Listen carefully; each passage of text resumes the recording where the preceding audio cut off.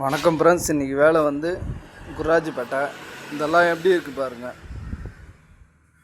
Machine போட்டு சரி பண்ணணும். பஃபிங் போட்டு போடுமா. இதெல்லாம் சொட்டையாக வச்சு வச்சுக்கிறாங்க.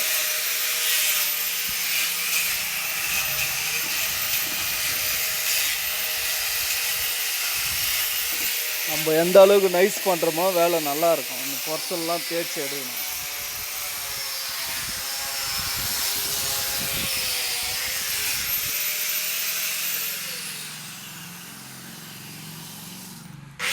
இதெல்லாம் மிஷின் போட்டு எடுக்கணும்.